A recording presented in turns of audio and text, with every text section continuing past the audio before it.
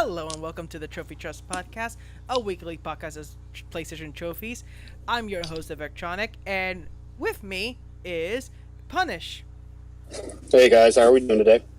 And making their Trophy Trust debut, Sora. What's up, guys? How y'all doing? Well, guys, seeing as it's post Valentine's, how have you been with your chocolates and stuff? Oh, dude, you don't know how much money I just blew this Valentine's Day.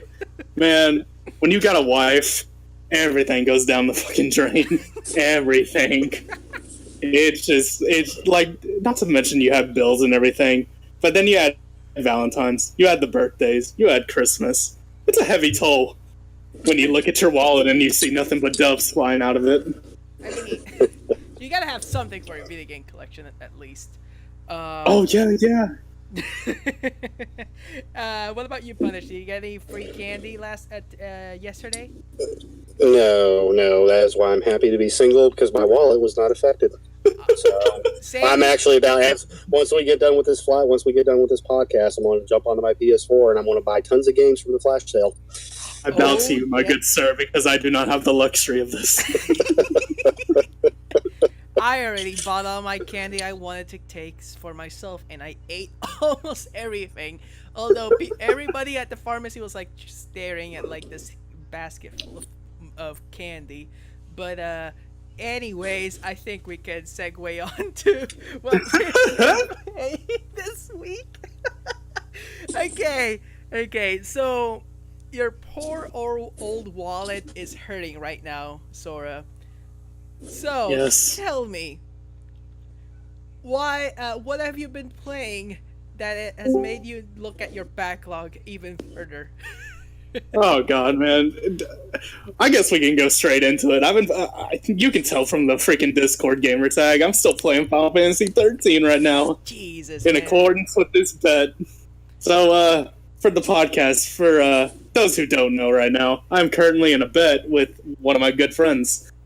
And he has bet me $300 to platinum every single game in the Final Fantasy 13 trilogy. Wow. Now, guys, this would be a tough feat. If my friend did not know, however, that I've already platinum all three games once before. So this is kind of a shit on him post. So I'll be taking those $300, but I have until April 26th to get this all done. And currently, I'm about 6 trophies away from platinuming the first game. My question is, has he played any of the Final Fantasy 13 games? Yeah, he's played Final Fantasy 13 and 13-2. He has not touched Lightning Returns, though.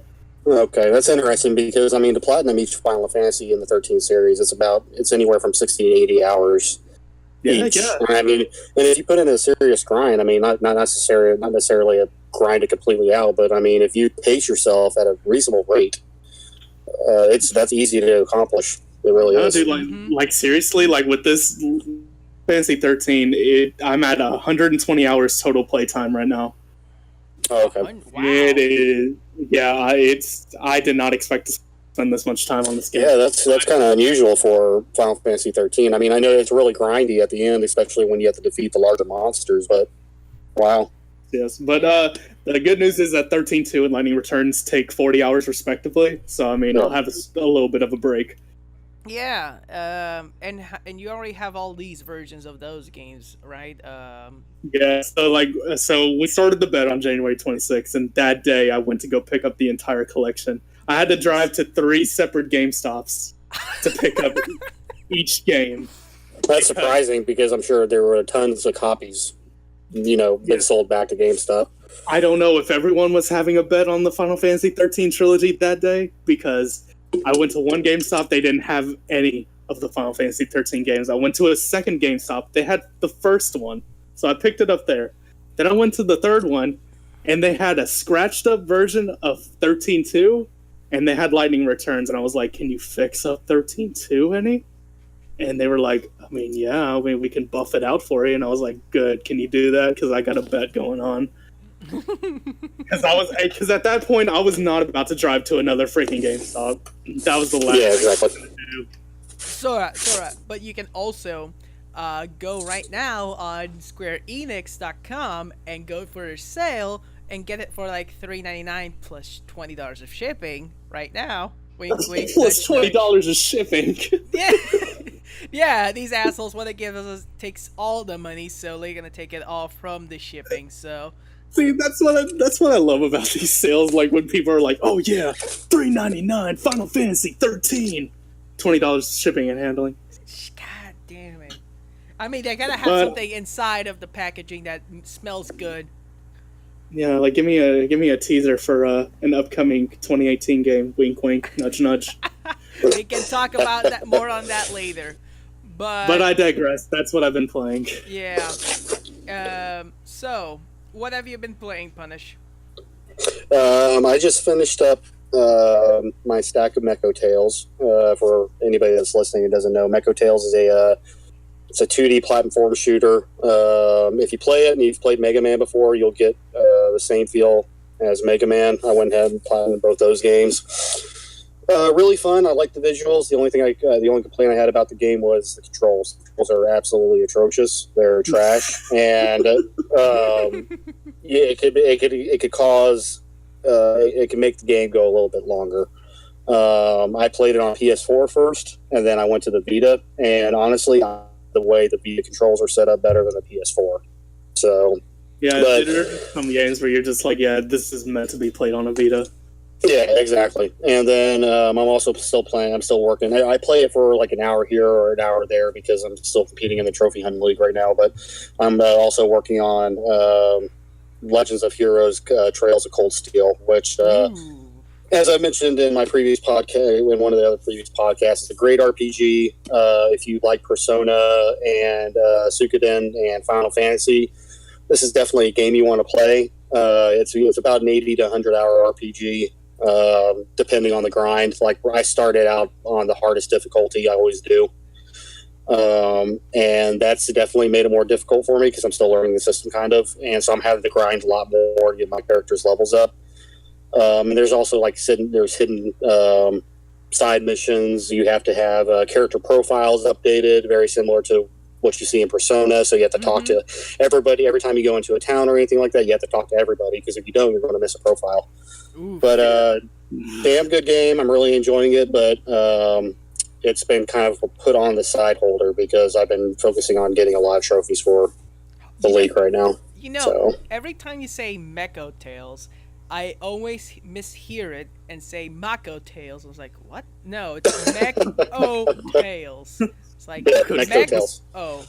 Yeah. So, just in case, it's not Mecha. It's not Mako. It's Mecho. So, Yeah, Mecho Tales. Mecho Tales. yeah. So, give me a moment. Okay, so that's all you've been playing, right? Yep, pretty much. I mean, every once in a while, I still jump onto Blaze Blue Central Fiction and play a little bit of that. So,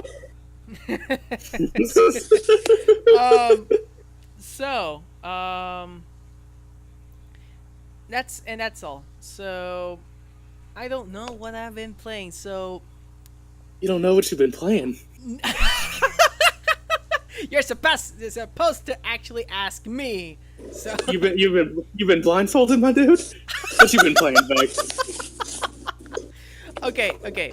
So, what I've been playing, well, I basically just platinumed Split Second recently. I finally managed to sit down and actually finish the grind I needed so much for the multiplayer.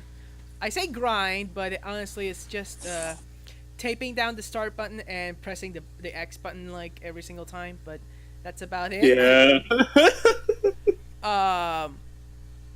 Thing is, Split Sec, now I can give like a full opinion on that game. Honestly, it's a good game for the PS3 system. The thing is, I think I don't know if I mentioned it before. I feel like post game, just after you complete and roll the credits for the first time, if by any chance you don't want to 100% the game, or if you're gonna do the 100% the game, you're gonna feel like most of the experience has been like taken over from the campaigns. Like the game is just clearly designed so that you only play it once, Mm-hmm. but That subsequent playthroughs just makes the game tedious, repetitive, and at times annoying, especially when you're going for the multiplayer and sometimes like the time trials, which I'll get to more in more detail later. But as I said, I enjoyed what it had to offer. I actually recommend it to anyone who wants to play the game, but do not play it for a platinum because you're not gonna get as the same enjoyment. I feel like this game should have more, how should I say, more options when it comes to like instead of blowing stuff up, maybe I can use it as a boosting option or whatever. And yeah, it also has a really damn good soundtrack. So I give it like a 6 out of 10, honestly. And I don't think I've been playing anything much else besides that. I've been dabbling a bit more on Head in Time to get like the platinum, but not so much to actually dive in and complete like all the optional stuff I need to do. And the and I've been also waiting on to see if I can get something on the backlog challenge, which is something you can do on the server if you want to. That is, if you can submit like a list of games that you have on your backlog, and people pick it out for you. I already got my. Oh yeah, like they vote on it, right? Yeah. Yeah, like a little straw poll that happens. Yeah. I got mine done already. It's Killzone 1 to actually want platinum. Ooh. Yeah. I already got 2 playthroughs done. I just need 2 other playthroughs again, and then actually I can actually relax and do another one. I just need to sit down and actually play them. But yeah, that's all I've been playing. I mean, but adding on to the, like, you know how you were talking about post-game content with Split Second, right? Yeah.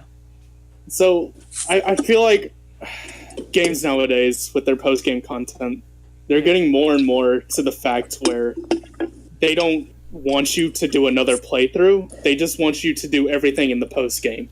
Oh, yes. And there's not really an incentive for doing another playthrough. Like, some games will have New Game Plus, and that's all fine and dandy. But the don't, it's like, if you do another playthrough, you're just wasting your time at that point because it's the same experience. Mm-hmm. And so that's why I feel modern games has been boiled down to at this point, and it's kind of disheartening, but at the same time, it's just kind of expected at the same time. Yeah, it happens even in games like Far Cry. In Far Cry 3, I'm not sure in 4 it does it as well. They have you can beat the game, the story, and everything, but post game you're free to explore the whole island again. But the thing is, the only motivation we'll have is like the side missions and the actual like collectibles, which you don't have to get every single one, but you might need the majority to get the platinum, and that takes time. Like, I can agree with that. Because it's like with the Final Fantasy 13 right now. I've platinumed this game on 3 separate occasions. This will be my 4th time. I've never hated a post game more than Final Fantasy 13. I love Final Fantasy 13. Don't get me wrong, but the post game, it just makes me want to. It kills me inside. No, I completely agree. The post game feature is absolutely horrible in that game. Yeah. But I just wanted to go on a little bit of a tangent. Diverge. Yeah, because I just feel like that's something that's been prevalent in modern games now. Yeah, and I completely agree. I'm not sure if Punish. How do you feel about this?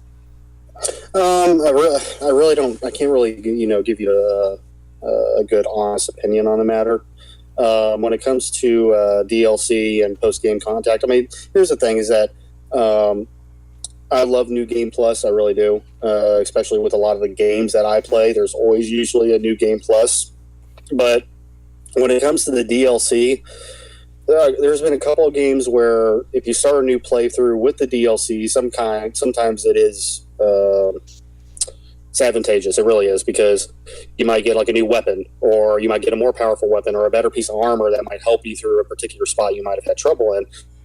Now, here's the other thing too, is that some people might take enjoyment out of that. Yeah, this boss that took me 45 minutes to kill this last time is only going to take me 2 minutes this time. But like I said, I mean, I could go either way.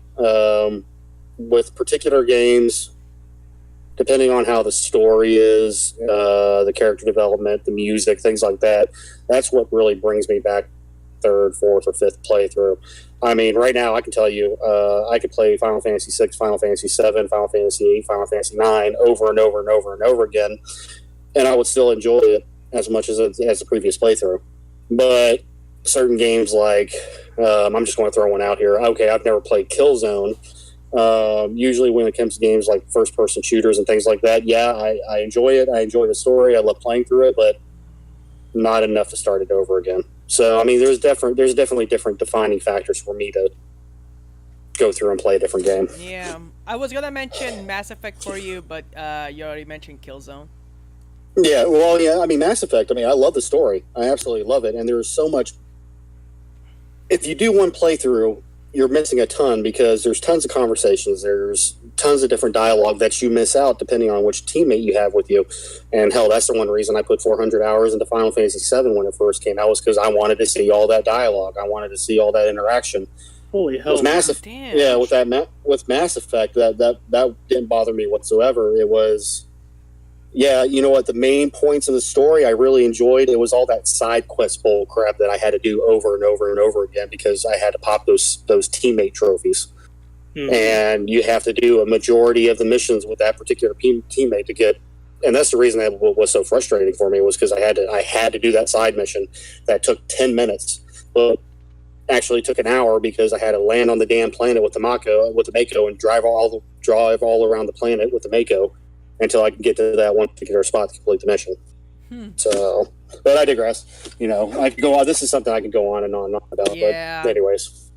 Yeah, I think that missed the point of things. But yeah, let's move on to something much, much easier to divulge, which is the news section of the podcast. Yay!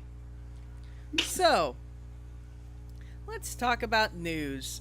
So the first thing we're going to talk about is one of the bigger stories that we have is like, there's a rumor going around that Spyro is getting a remaster trilogy on the PS4 sometime soon this year.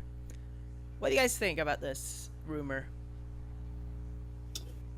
I mean, I guess I'll start off with saying I have never once played a Spyro game before. So hearing this piece of news, I don't really feel any way towards it. However, I've heard a lot of stuff about it. I heard how it's a wonderful piece from the PS1 era to the PS2 era, and so on and so forth. And honestly, I kind of want to play it now. And now that it's getting remastered and put onto the PS4, it gives me a chance to actually dive into it and see what it's all about. See what everyone's complimenting the game on. Yeah. I'm almost the same. I only played like one Spyro game before, and that's the first game. What I think is like, I want to know how it will look at overall the end. Because I know Spyro has not aged well with the new HD ports of him. Like, if you see like his HD renders of him, is like, he looks like more cartoonish back in Skylanders more than the first iteration of games. So I want to know how he would look in this new generation. Sort of like Crash Bandicoot, like Insane Trilogy. I want to see. Yeah, definitely. Yeah, I want to see how they gonna work that out, and I think like one of the major things I would like to see them do is fix many of the issues that were fixed upon in the further sequels, be revamped in the previous games as well, like in Crash. But in Crash, they didn't fix much of the issues. They fixed almost every single one, but except like minor ones. I want to see them do like a complete overhaul, see what they actually can do. So, what do you guys think about this? I mean, like I said before, I definitely want to get into it. I do believe, though, this is a response to Crash Bandicoot Insane Yeah. Trilogy doing so well and selling so well. I feel like that's why they're kind of like, oh, let's do a Spyro the Dragon trilogy since we did a Crash the Bandicoot trilogy. And everybody's clamoring about it. And now I feel like we're gonna go through this now PS1 era of games where we're gonna get trilogy remasters and everything. Yeah, we already got Medieval. We got Crash. If I'm missing anything else besides Crash, Spyro, and Medieval. Not at the moment. There's rumors, but those are the big ones at the moment. Oh yeah, the other ones. Yeah, the other ones that are rumors.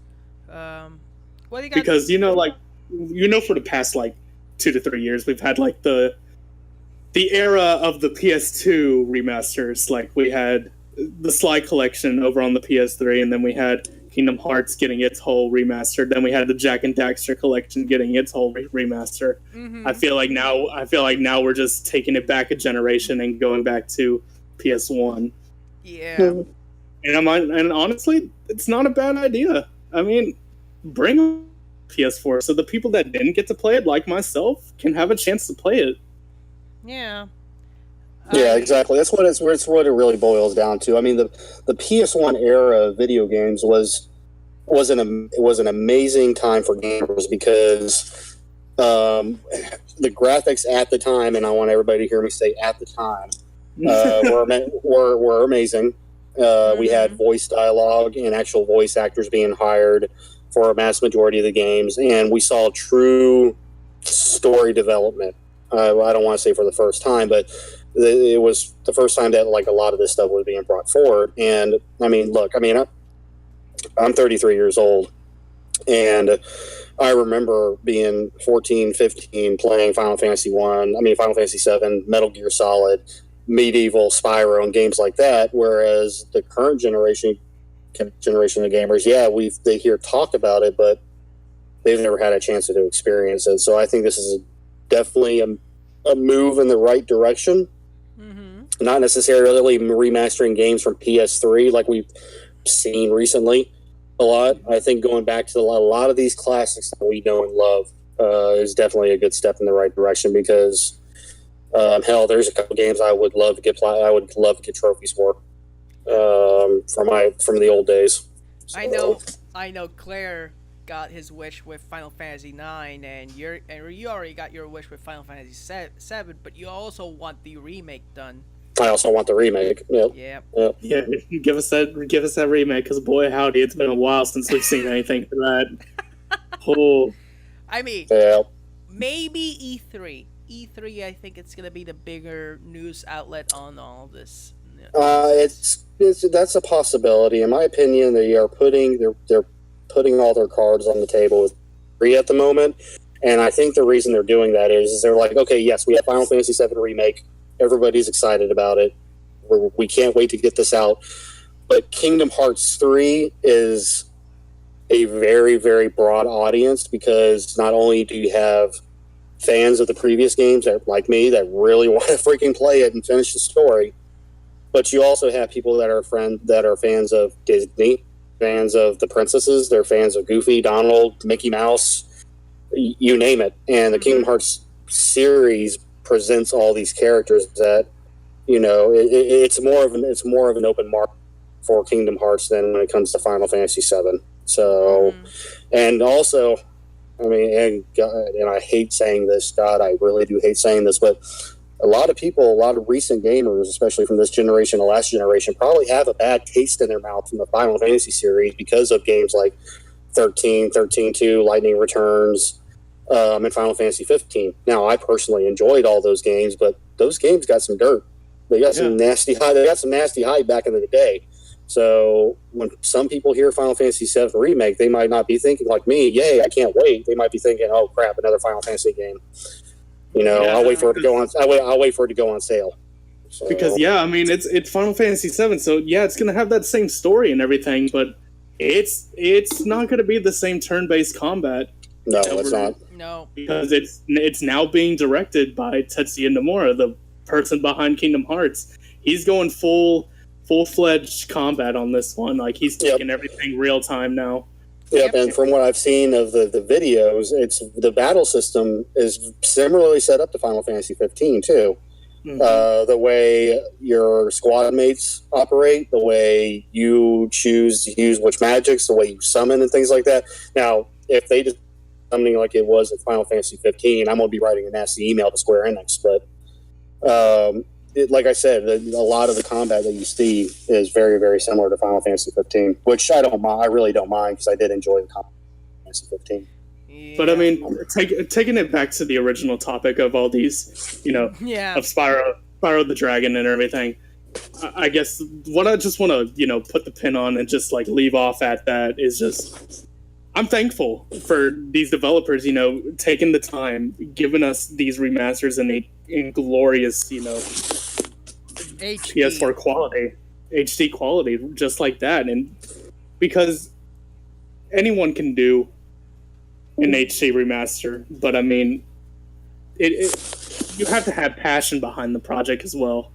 Yeah, and I think that's a good segue onto our next story, which is how Shadow of the Colossus from Blue Point Games actually had like a really good following, hitting the top of the charts, surprisingly for a PS2 game.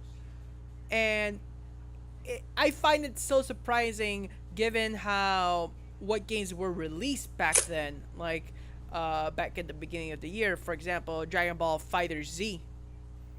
Yeah, and those types of games that came out this year. And now we have Shadow of the Colossus like dominating February. It's like, wow, that's amazing.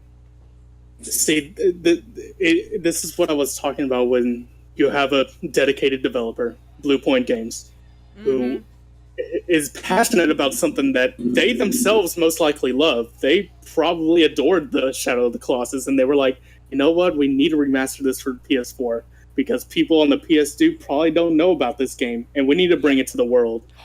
Yeah, exactly. And so, as I'm scrolling through this news article, pushing down Monster Hunter World from a remaster? Yeah. Pushing down Monster Hunter World? I mean, that's big. That's mind-blowing in my eyes. Just of how many people are getting introduced to the series and how there's so much of a weight to it that it's pushing down a AAA game like Monster Hunter. This is interesting as well because if you look at the port history of Shadow of the Colossus, Shadow of the Colossus was ported twice on PS2, and that port went to the PS3 with an HD port of the actual game itself bundled up with Ico, and it's separate digitally as well, so you can actually experience it on the PS3. The thing is, the control system, the control scheme for the original Shadow of the Colossus is absolutely atrocious and super duper dated, that given what the new control scheme is right now, it's very hard to convince someone to go and play the original PS2 game again. And I feel like that's what they wanted to make sure people would actually go, because the first beginning stages of Shadow of the Colossus, you don't immediately fight a colossi. You're given a tutorial trying to reach the first colossi, and not many people skip that barrier. They don't reach the first colossi on their first run. Some people like drop the game immediately after they pick up the game because the control scheme is so bad. But now, after the game released with this new control scheme, people are starting to actually like this, and I'm excited to actually see what other people think about this. I'm the same way as most of those people. I mean, when I first played it, I played when it was done the first remaster on the PS3, and I was much like other people where I was like, I didn't really get the control scheme. I thought it was super, super foreign to me. Yeah. I thought it was really weird, and I didn't grasp it. And so I killed I killed 3 of the colossi and everything, and then I got to the 4th one, and I believe that's the one where it's an underwater ruin. Yeah. And I got to that one, and I just I couldn't. Like, I couldn't handle the controls, doing everything with it, and I eventually gave up. I do not have this new remaster, but from all the positive reception that's been getting for it with the control scheme and everything, I have no problem picking it up. Do you feel the same way, Punish? Yeah, I mean, I can't remember exactly when I played it. I was actually talking to Claire about this, but it was either I played it or I was watching a friend play it. I don't remember the experience that well. But from everybody's screenshots, from all the video that I've seen, and just from everybody's reactions alone, I mean, I'll definitely be picking up the game. I'll definitely give it a shot. I think I'll start Secret of Mana first, because I ended up picking that up, and of course, you know, I love my Square Enix. But anyways, don't get me started on Secret of Mana. I'll go on a 2-hour tangent on that game. Yeah, exactly. But yeah, you know, I'm definitely looking forward to playing it. The speed run. I've been reassured that the speed run is not that difficult, so I will definitely go for the platinum. But it's probably going to sit on my backlog for a little bit because there's definitely other games I want to play first before I do Shadow of the Colossus. Yep. 100%. Yep, I completely agree.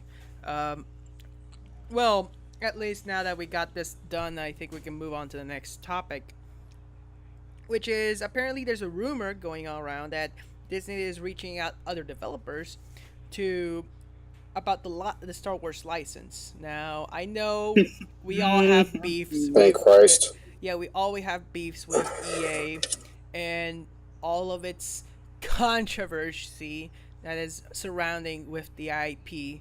I think Disney wants to remove that controversy, that idea from their heads to actually promote it as a really good service instead of a really bad and terrible experience overall. So far, the only two we have confirmed is Ubisoft and Activision. What do you guys think? That's interesting. Yeah. Boy, Punish, I know you feel the same about me on this, so let's get into it. Thank God that this is happening. I mean, I've never been so disappointed in a developer probably in a long time. And EA, I've been disappointed with them in the past, but they have taken my love for the Battlefront series and they have smushed it. Absolutely destroyed it. Everything that I loved about Battlefront from the original days, I hate now, and it's so disgusting. Like, yeah, well, I completely agree. Trust me. I mean, you guys have heard on previous podcasts how much my disdain for EA is. I mean, they have the worst business practice, in my opinion. I mean, some people are going to disagree with me, but they have the worst business practice in the gaming industry right now. I mean, they've been voted like the worst company for the past 5 years or something like that. 3 years. And they just haven't gotten it through their heads that this is not all right. They're taking franchises. They're taking quality games. They're taking amazing games, and they are completely destroying them. I mean, it's just absolutely horrible. It is, okay, this is a great series right here. An amazing series. Everybody loves it. Let's slap some multiplayer on it and charge them for extra equipment, and it's going to make it even better. And everybody's sitting there going, well, what the hell are you talking about? No. That's not a good idea. That's not a good idea. And here's the thing. I don't know what happens in the back rooms of game development politics. I can't claim to be an expert or anything like that. But when money comes into play, it's a double-edged sword when it comes to content and fan base, to satisfying the stockholders, satisfying the board, hitting that quarterly mark or whatever it is. And I mean, I could go on all day about this, so I'm not going to go off on a rant here. It's just I am going back to what we were previously talking about, is that I am so happy that Disney is taking action because the Star Wars franchise is a beloved franchise that has been around for a very long time. Mm-hmm. There are dedicated fans who want a quality Star Wars game that they can enjoy. And the last quality Star Wars game for me was Knights of the Old Republic on Xbox. 100%. 100%. I absolutely loved that game. It was developed by BioWare. It was developed by the same person that developed the Mass Effect series. Absolutely amazing game. Absolutely amazing story. I have it downloaded on my tablet, and I still play it to this day. That is the type of game I am looking for in a Star Wars game, and I think Disney can see that as well. And I really hope that Disney goes towards the developers, like when these people are when all these developers are coming forward and they're bidding for the license or they're trying to get their hands on the license. I hope Disney really looks at it and says, "Are you going to be good for this franchise?" That's the biggest question. What are you going to do for this franchise? Are you going to propel it up like it should be, or are you like EA did? Okay. So yeah, I agree with you, but at the same time, I want to give my 2 cents on this. The first one is immediately, I want Disney to outsource this franchise, honestly. I cannot see any hope in just giving it to just one publisher. I mean, one developer. One developer. Because if you put every single resource into one publisher, there's not much competition and there's no variation, and it just tends up to be Battlefront. And I don't want another Battlefront. I want people to actually give their own interpretation of the Star Wars franchise. Although I can agree that people will disagree by saying that of course it would ruin the canonicity of the game, but Disney could just point it out, like, okay, so don't do this, don't do that, like some guidelines for the they do. They do. Yeah, they do that with a lot of their games. I mean, they did it with a couple of the Marvel games they put out. Yeah. But oh yeah, they definitely don't let have developers have free reign. Yeah. Just right. to do, Exactly. Just to do whatever they want or anything. They definitely have some guidelines to follow that Disney sets out for them. Yeah. But just a counterpoint, Vec. I mean, I have just a counterpoint to you. I mean, Disney and Square Enix worked amazingly hand in hand when it came to the. I know I'm going back to Kingdom Hearts and everything, but they developed, just working together and communicating together, they developed an awesome franchise. And, a huge fan base, canon and non-canon, has been developed over the past, 10 to 15 years. And the same could happen with Star Wars. I mean, hell, can you imagine a Star Wars game developed by Square Enix? Oh, God. Okay. I'm loving that, just thinking about it. I would just give it to not Vicarious Visions. What was it? Visceral Games. I would give it to that company if it were ever gonna be like come back again at any time soon. Like, I would give it to those guys because they were trying to develop Star Wars 1313, and that looks so amazing. And I agree with that. That was the only thing I was so hyped about by EA. EA now doesn't have anything that I actually want to go and get now because of it. And if someone can develop a game like 1313, that I would actually go and buy it. See, that's my train of logic. Like, give me a Star Wars role-playing game. Give me an Obsidian-based Star Wars game. And I know you're gonna point Corridor, but I want another one. And now, correct me if I'm wrong. 1313 is the Star Wars adventure game, right? That got canceled. The Uncharted styled, yeah. Okay, I just wanted clarity. Yeah. Because I didn't really know too much about 1313. It looks super passionate and it looks super amazing, but the design and art was just absolutely amazing. Okay. But yeah, I think that's everything we want to talk about. The EA license, the Star Wars license, right? Can I do one more little thing? Sure. Go ahead. I want to shout out props to Disney for taking charge and everything and getting this getting this franchise back to the way it needs to be with outsourcing to new developers and everything. I just want to go on a little thing about EA. I feel like Star Wars Battlefront 1 was a good attempt, and I say attempt loosely. Okay. I feel like it was a good try. I didn't think it was awesome or it blew my mind or anything. I thought it was a good try. But with Battlefront 2, they have screwed the absolute freaking pooch on this series, pretty much. With this whole, I'm sure y'all have all heard about the loot box debacle and everything. The thing I want to say here is, you have a duty. You are a business, first off, to clarify, to make money. I understand that, and I understand the business. I don't know everything that goes on in the business, but I understand the fundamentals. But with that being said, you have a duty, first and foremost, to the fans that you are creating these games for. Without a doubt, nothing else comes behind it. So you have a duty to those fans to keep them pleased. Whatever business practices you want to do after that, by all means, go ahead and do it to make your money. But to serve your fans is the first and most important reason, and that's where EA failed to realize.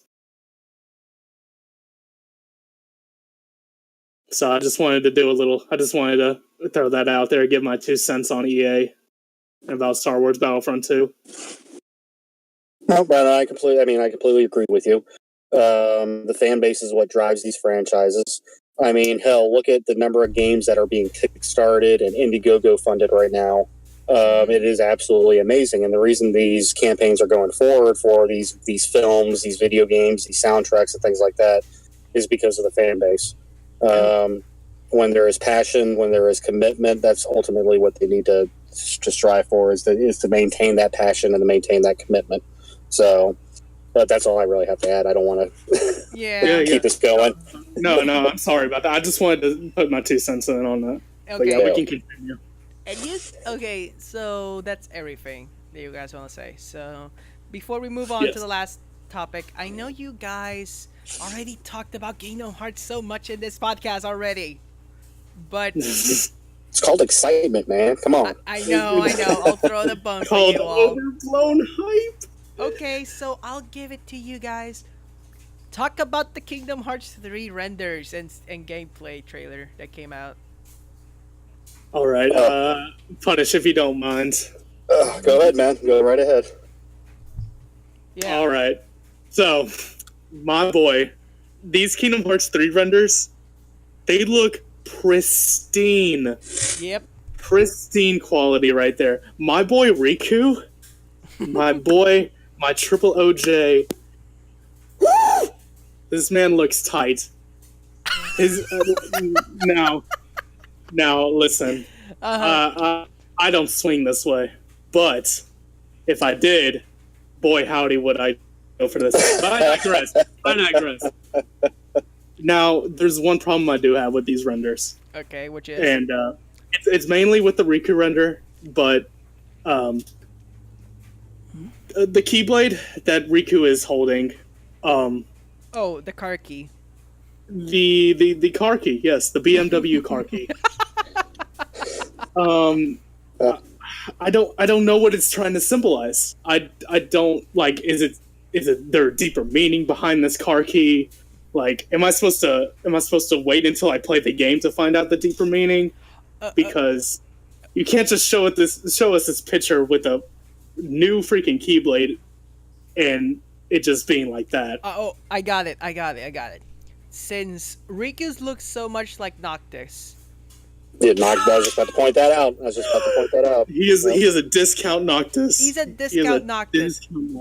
Are we gonna drive a car now? Yep, you're gonna. Yeah. Yo, we get to drive the Regalia. Yeah, yes. Boy. That's how we kill Xehanort. We just run him over. Yep, exactly. That's the final boss fight in a nutshell. Yep. But going off of Riku's design, I mean, all the monster renders that we have for the Monsters Inc. Sora, Donald, and Goofy, they look good. I was kind of skeptical about Sora at first. I didn't really think he looked that great, but he looks good. Goofy looks ugly as shit though. No. He looks like a monster through and through. It's the eyes, isn't it? It's the eyes. I can't have one big blue eye and one tiny red eye. That's just, it's so weird to me. it just looks so weird. But I mean, I understand it, and it's a good way to show off Goofy. Mm-hmm. I did like the little Mike Wazowski that they did in the trailer with Donald. I thought that was a cute thing. Okay. I like this sense of personality that Kingdom Hearts is going for right now. Like, have you noticed in the cutscenes that like the personality that all the characters are delivering their lines at is like really funny? Yeah. And everything. It's taking a different approach, and I like it. I absolutely like how they actually interact with each other. I don't know about you guys, but every single time I go to Twitter, I see this meme of Mike Wazowski being thrown in the air as a bowling ball to the actual enemies. Yeah. Like, yeah. Like, that's amazing. That's really great. But at the same time, holy shit, the memes are so fucking funny. Dude, the memes with Kingdom Hearts 3 have been on fire recently. Yeah, they have. Have y'all seen the Mad Goofy meme? Oh, the Mad Goofy one is hilarious. Oh, dude.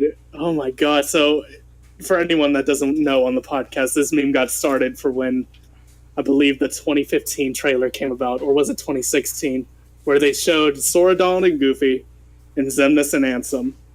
And the poses that all three characters were giving was Sora was kind of relaxed, you know, just talking to Xemnas and Ansem like how he would do on any other day. Mm-hmm. Donald was kind of pissed, but he wasn't he wasn't about to go beat up anybody or anything. And then you have Goofy on the bottom left, just hunched over, biceps raising, mad as eyes. He is just going ham. He's thinking to himself, he's about to kill this bitch right now. And so you have the same pose coming into this D23 2018 Japan Expo trailer, and it's the same exact pose. And we have memes deriving from this, and they are pretty spicy. Some pretty spicy memes going on. I like it.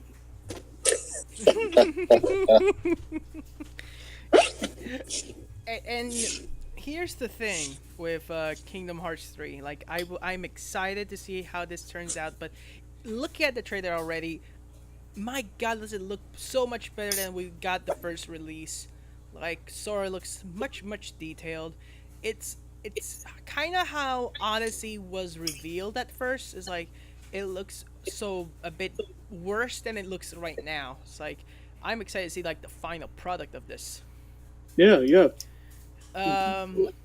What I liked that Square Enix did with the D23 trailers is they incorporated a trailer where they showed off Utada Hikaru's new song and everything. Yeah, Punish. And in that song, they showed updated versions of the cutscenes that they showed in previous trailers, and they updated it by fixing facial animations. They fixed the eyes on young Xehanort, and they fixed the face on Xemnas.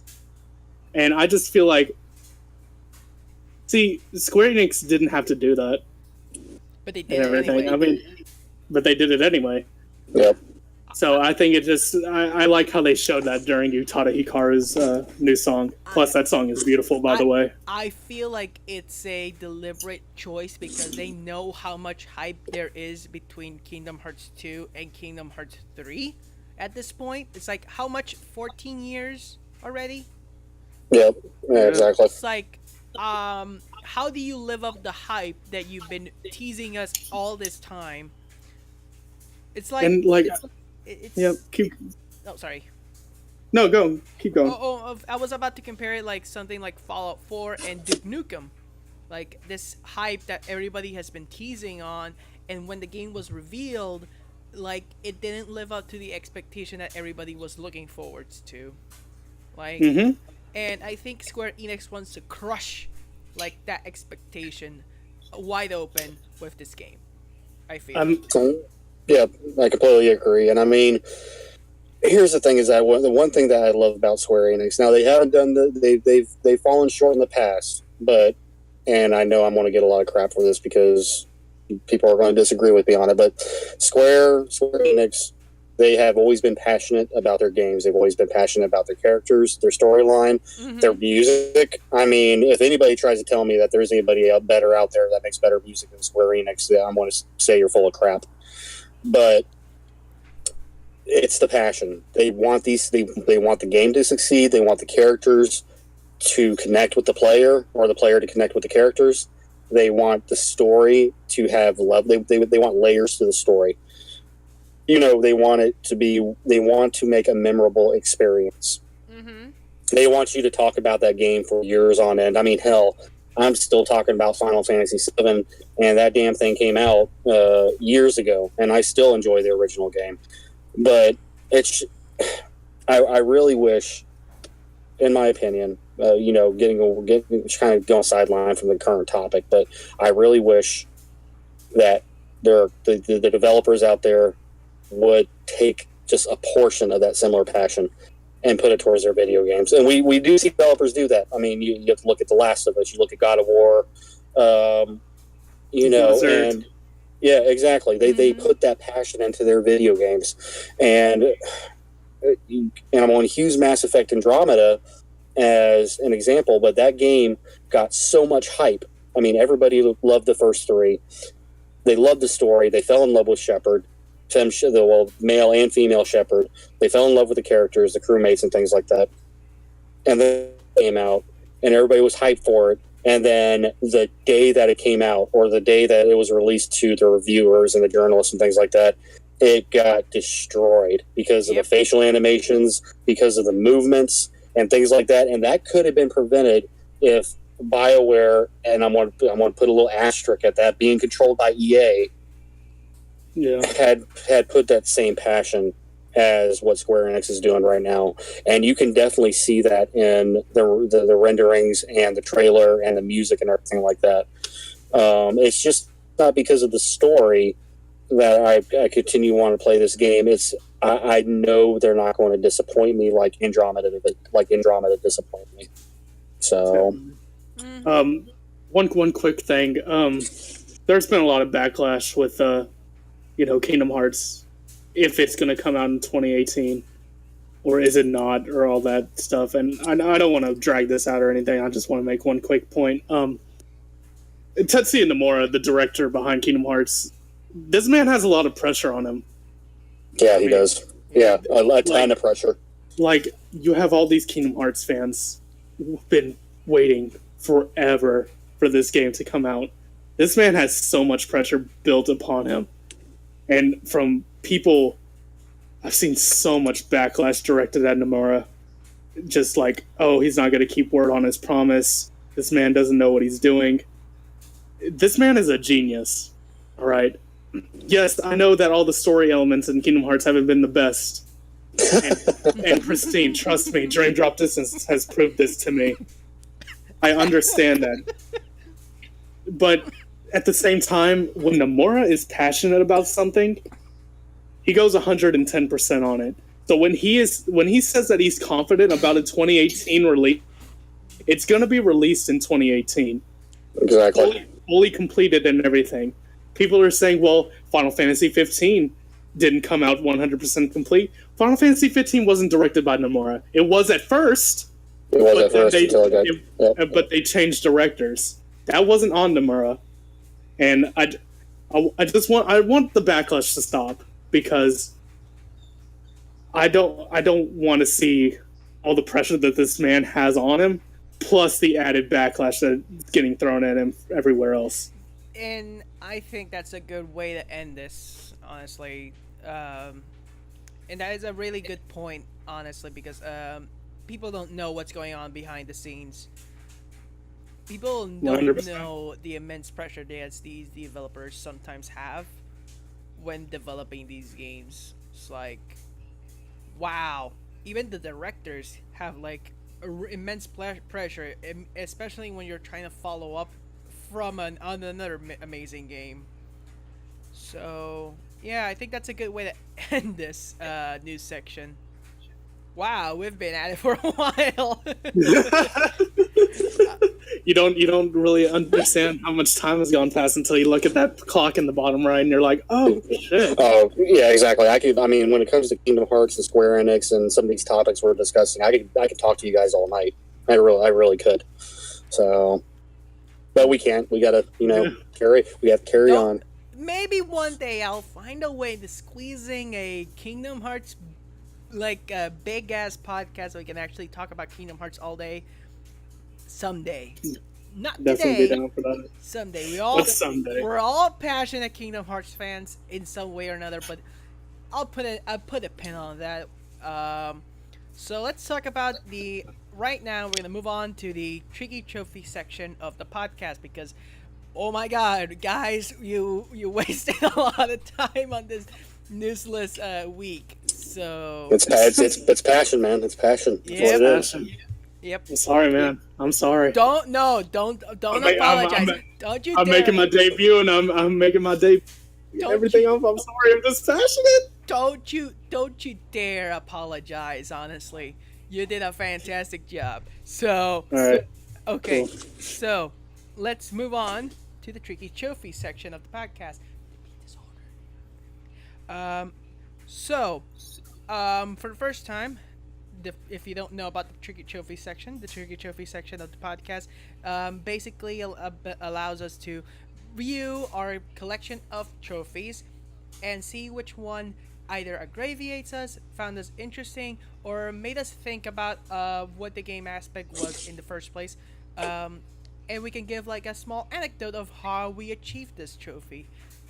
So, since Sora is debuting first, I might as well give the microphone to you, Sora, the figurative microphone I'm holding in my hand.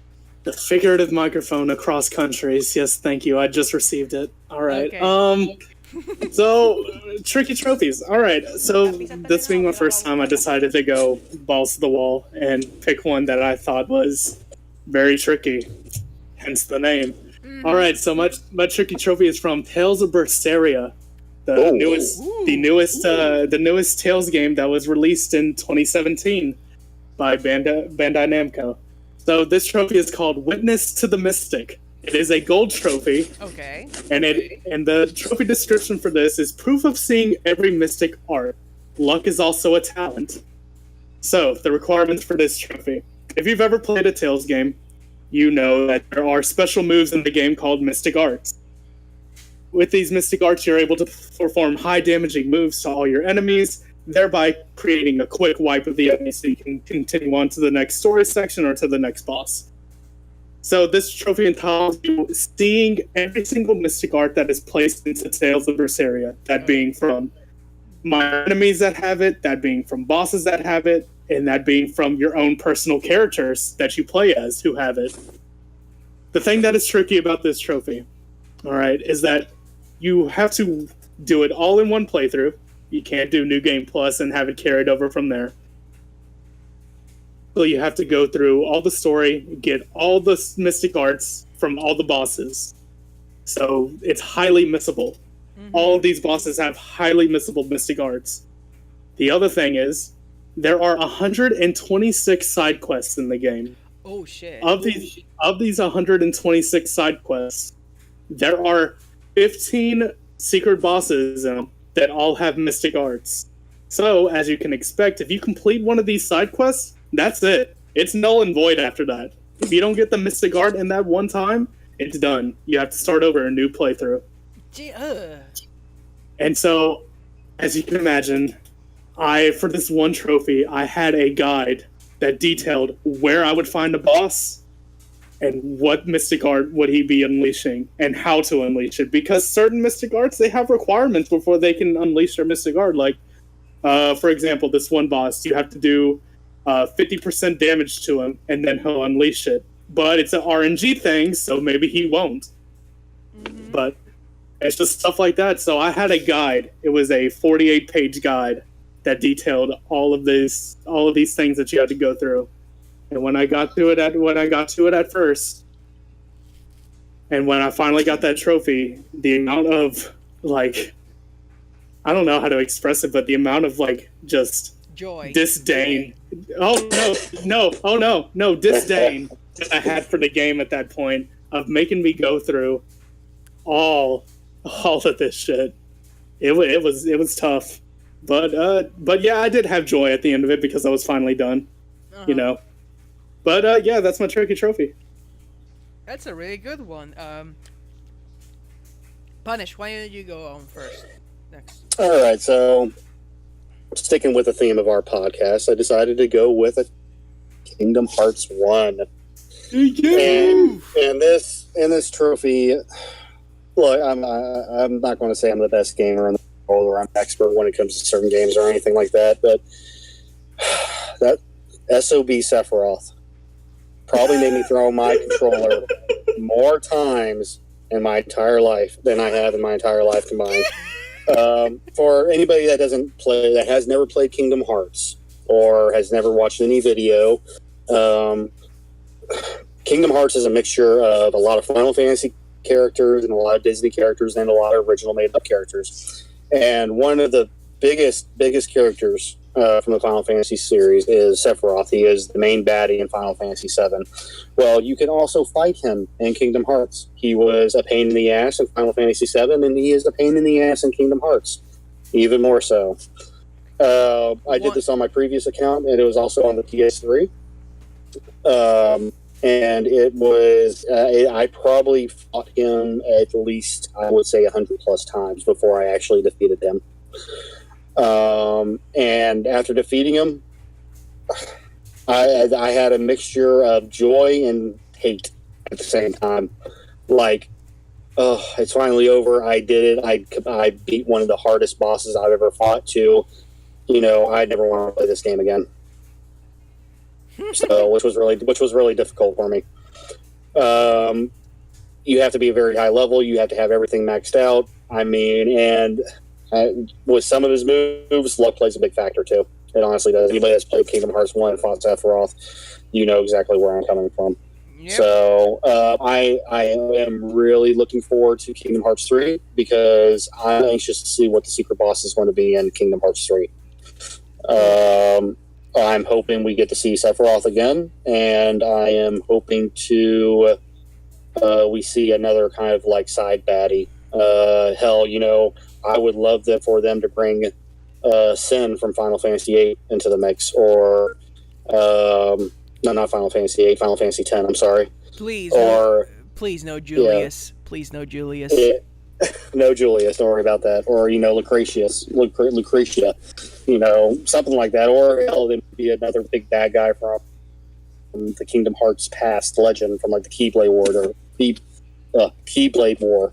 Mm-hmm. But like I said, it's not necessarily a tricky trophy. It's just a hard ass trophy, and so you can get that the trophy inside the game if you know what I'm talking about. But yeah, that's my tricky trophy for the day. Okay, so that leaves me then.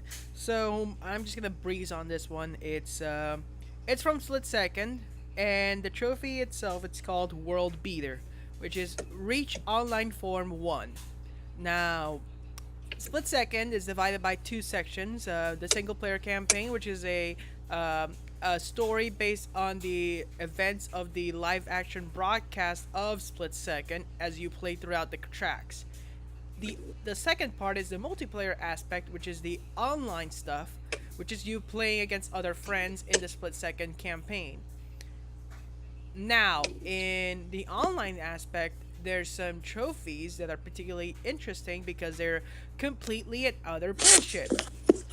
For example, online beater, a world beater, which is reaching online for 1. Now, how to do this requires you to have like perfect driving skills in a game where, of course, if you have lag, you're not probably gonna get this trophy right away. However, if you've managed to get like 8 people, 7 other people to join your race and you beat them 11 times, then you get the trophy easy. But if you're like me and decided to go the long way around and, do the elimination runs one at a time, you're basically doing the event 90 times without counting the other 90 times you have to do it with another person who is boosting with you. That said, the trophy isn't particularly hard, it's just particularly long. And it's so long, in fact, that at one point I found out if you pick the fastest car and someone else picks the not even the fastest car, like the base car that you get in the first act of the game, and you pit them up once with each other and do not touch the controllers on either side, you automatically win with the fastest car because the game boosts you, like pushes you forward at the very first seconds of the actual game. And all you have to do then is just press start in order to activate the lobby so you can actually start the game, and X to actually continue off from the results screen. Otherwise, you cannot get the trophy. If not, it will be the most easiest trophy you can ever have, but you have to wait like 5 other hours in order to complete the whole multiplayer aspect, and that is without counting the other 5 hours accounting for the other person. So yeah, if So just a lot of BS to almost no Yeah. reward. yeah, Yeah, good on you, man. I would be able to do that. I can't stand racing games, so. hey, if when you have like a second monitor just watching something else completely, or playing on the PS4 while playing it on on other stuff and getting trophies, it doesn't bug me. But when it's the only thing I can do is just do the boosting, that just no. So do what I did. Pick the fastest car. Have your friend pick the shittiest car. Drive them forward. Just put your controllers down and occasionally press start and X. That's it. So, before we actually leave off the tricky trophy section, I'm going to read out 2 other people's tricky trophies from our tricky trophies channel in our Discord server. If you want to join in, you're free to go. You can listen to this podcast live, and you can also leave out your tricky trophies where we read them out in the actual podcast themselves. So, the first one is from Nick Believe It. The game is Surge Deluxe, and the trophy itself is called Grinder Man. Grinder Man. All right. Okay? This is an excellent block matching puzzle game on the Vita from Future Lab, the people behind Velocity Games, and this 100% is the easiest of all of their games. For this trophy, you have to pop 100,000 blocks, and you only have popped maybe a couple of thousand in going for the other trophies. So you have to play the adventure mode for hours on end. None of the trophies are unlocked in puzzle mode until this one pops. Every screen has a total of 48 blocks. Now divide that into 100,000 for some perspective on just how long this takes. Fortunately, by the time you have to start grinding, you'll know how to play the game well enough that you can just easily play while watching some TV shows. So this trophy is purely time consuming and not as difficult, but might have some of their fill before getting this trophy. And we could not find hours spent popping blocks to feel like housework. Hot damn. So okay, he said 100,000 for the trophy, right? Yep. Wow. Okay, so I just did the math real quick. He said there are 48 blocks per screen, right? Yeah. That means if my basic math calculations on my desktop were correct, that it would take 2,083 games. God damn it. To get this trophy. If you were to get all 48 blocks. And that's not even that's just dedication right there. Man, that's good dedication. Good on you, man. Good on you. Yep. Yeah, I applaud. I applaud. Yeah, and he just said he just wanted to actually watch TV while doing this. So, man, when a game is so easy, when you just have to like sit down and just do something else while you're actually doing it, that's just like, man. Oh well. I mean, I would definitely have to have something on beside me Yeah. while doing that. I could not just pay attention to that. I Okay. could not. Okay. So the last one for this week is CJ Verds. That's one of our boosting organizers here on the server. His trophy is from Watch Dogs 1. It's called Social Lubricant. Which I remember this trophy. which is complete all level 10 drinking game opponents. This one in Watch Dogs 1 was a headache for me. Having to do different thumbstick coordinated movements, keeping cursors within circles for a time limit or in a QTE, or quick time event. It is even turned into a small family challenge as I tried to con people into my house to attempt it so that can do it for me. Sadly, they didn't play video games as much and didn't have the same kind of coordination I needed to achieve it, so I sat down for hours in one sitting and bashed my head against the wall until I finally got it.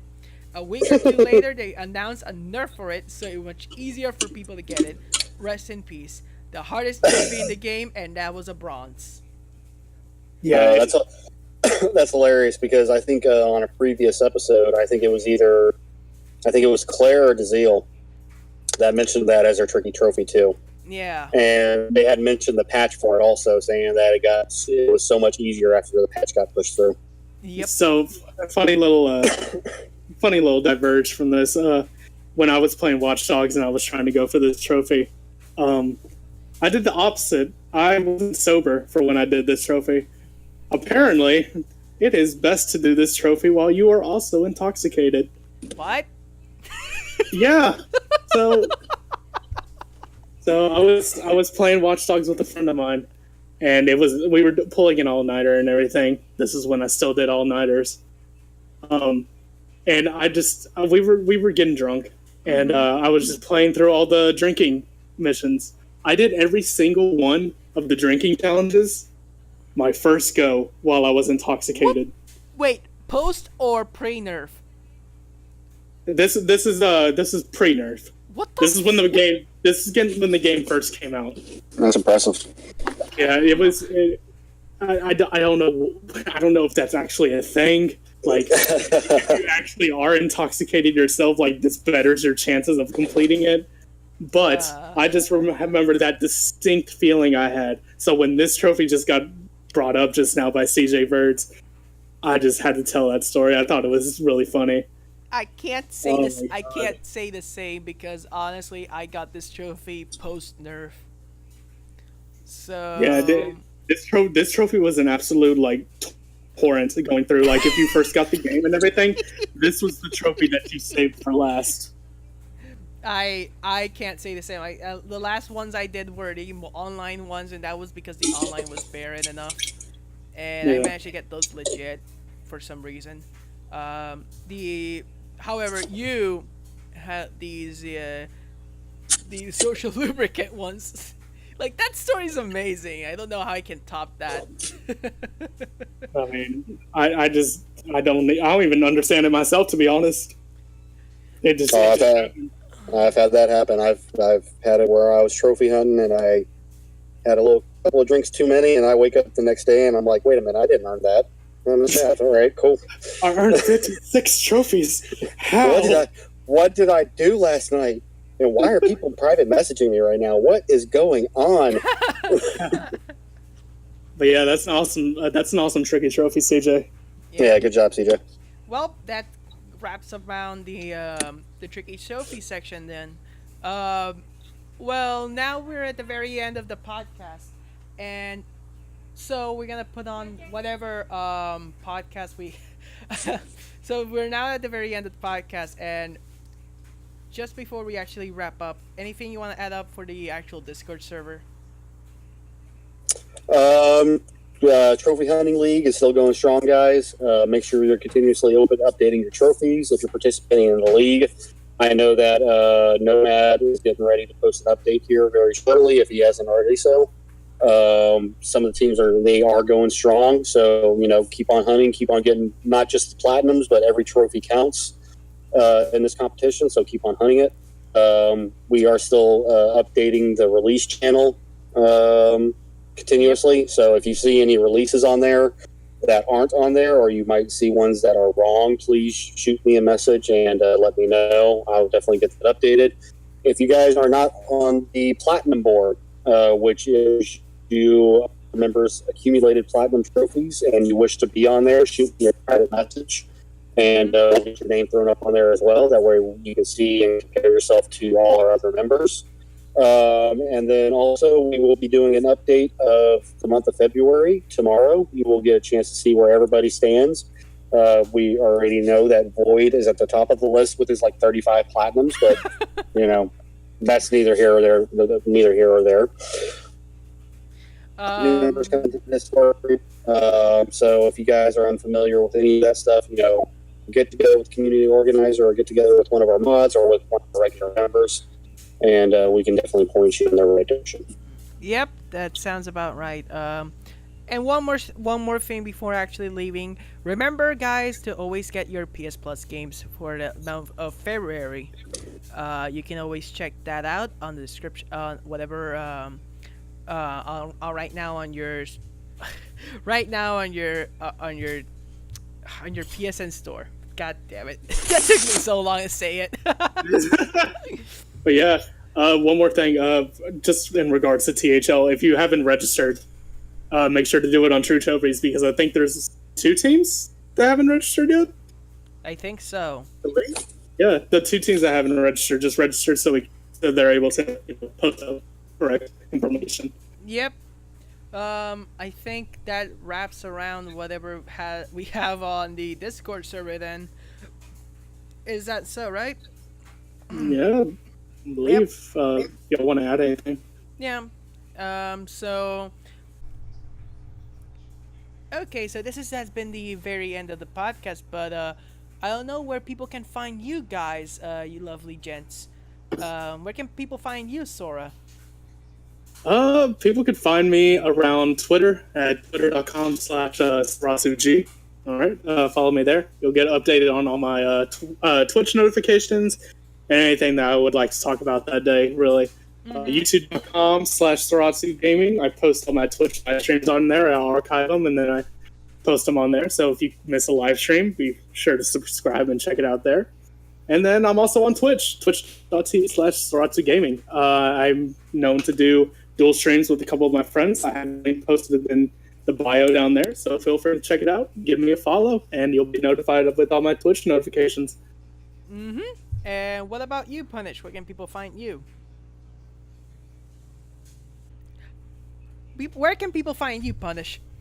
You guys can follow me on Twitter, SSG_Punish.